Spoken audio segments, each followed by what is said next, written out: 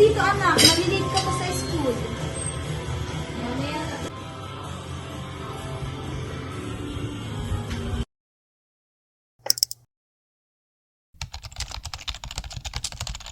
Uy, tayo. Sino plano na kayo? Sa bahay na lang namin. Okay ako dyan. Okay, sige. Dito na lang tayo Pasensya na lang. Pupunta na naman sa inyo. I- Anong oras? 10 a.m.? Sige. Magdadala na lang ako ng libro para tayo. Mabilis yung paggawa natin. Hand-type information. Ano tayo lang muna gumamit?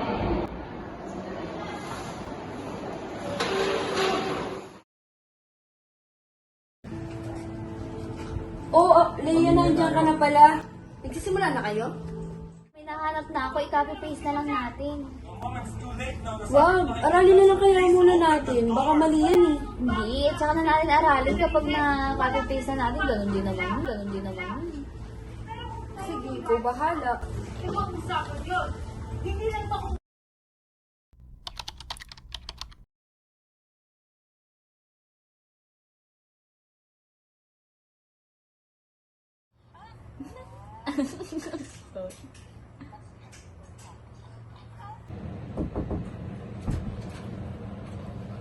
Anak, kakain na tayo.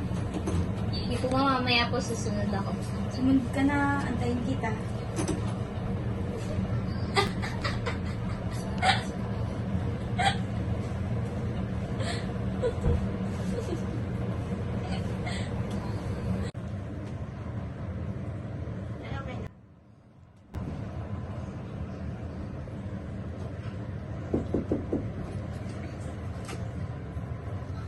Anong oras na? Hindi ka pa natutulog? Ako po mamaya po. Isang episode na tatapusin ko lang.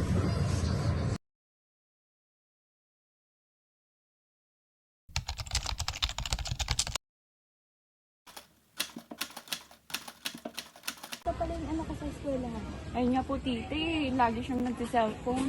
Balita ko nga po, may inis po siyang activity. Napapansin ko nga rin eh, kasi ganun siya sa loob ng bahay eh. Palagi nagsiselfone. Oh, Rihanna, ano yung nababalitaan ko sa mga classmates mo? Hindi yun totoo. Ano pong nabalitaan niyo? Hindi ka daw nakapagpasa ng gawain mo. Palagi ka daw nagsiselfone sa loob ng klase. Isang beses lang naman po. Hindi ko naman naulitin yun.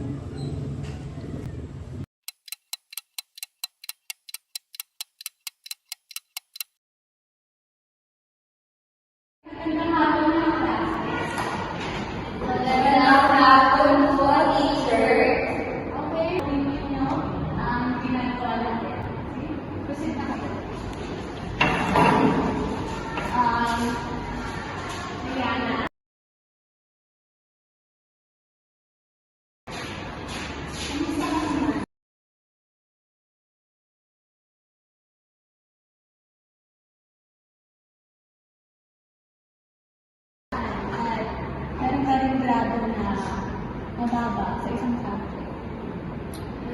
Po, teacher, pasensya na po kasi hindi ko po namamalayan na napapabayaan ko na po yung pag-aaral ko.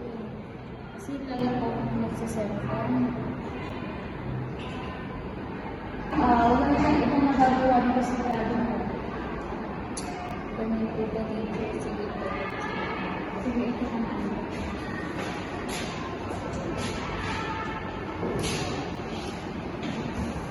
Nagkaroon ako nito ng mama. Paano ko naman po sa kanya?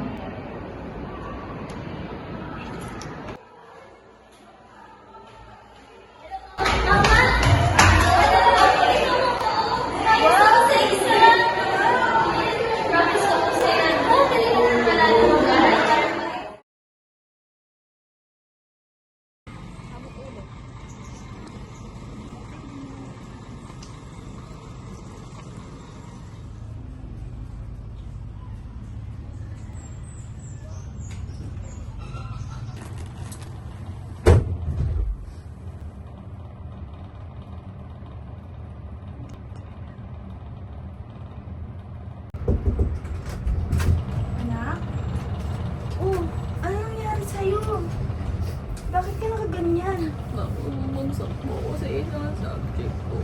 Sobrang tas ng cellphone eh. Iyaan mo sa susunod, galingan mo na lang. Limitahan ang paggamit ng cellphone. Opo, babawasan ko na po yung paggamit ng cellphone ko para hindi na rin bumaba yung grade ko. Pasensya na po, mama, nalisabay ko po kayo.